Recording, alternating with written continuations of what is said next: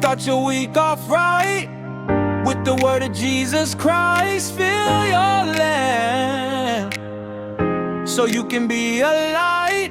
Men of Omega Sci-Fi with Chaplain A.J. Johnson. Fill your lamp, fill your lamp, fill your lamp, fill your lamp.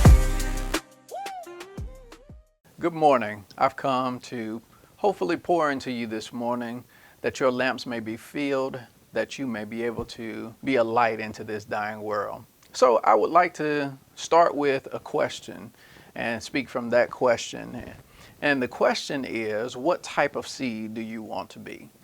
So imagine that you have two seeds in your hand, but you can only plant one. One seed, it grows easily, but it produces this ugly, terrible tasting fruit. But cultivating the other seed, it takes time and consistent attention, but the fruit it produces is beautiful and delicious. So what seed would you choose to plant, to water, and to grow?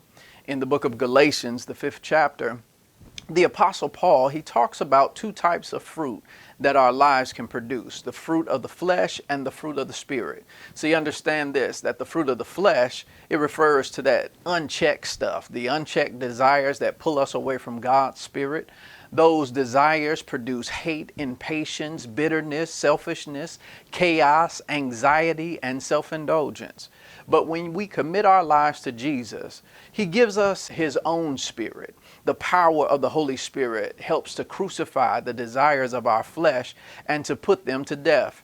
And when we crucify those desires, we create room for the Holy Spirit to produce good fruit in our lives, fruit that leads to positive change. For the book of Galatians, the 5th chapter, it says the fruit of the Spirit is love, joy, peace, forbearance, kindness, goodness, faithfulness, gentleness, and self-control.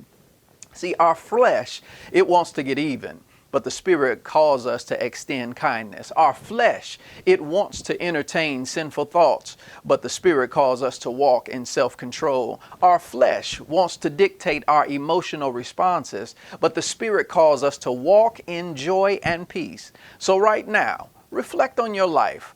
What kind of fruit are you producing? Are you experiencing love, joy, peace, patience, goodness, kindness, and self-control? Or are there pockets of bitterness, anger, jealousy, and self-indulgence in your life?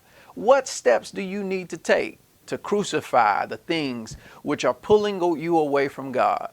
So let the Holy Spirit show you what you need to remove, and then allow Him to transform your heart and your actions. With His help, you can cultivate and produce good, life-giving fruit.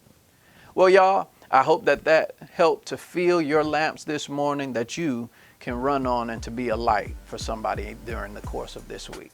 God bless.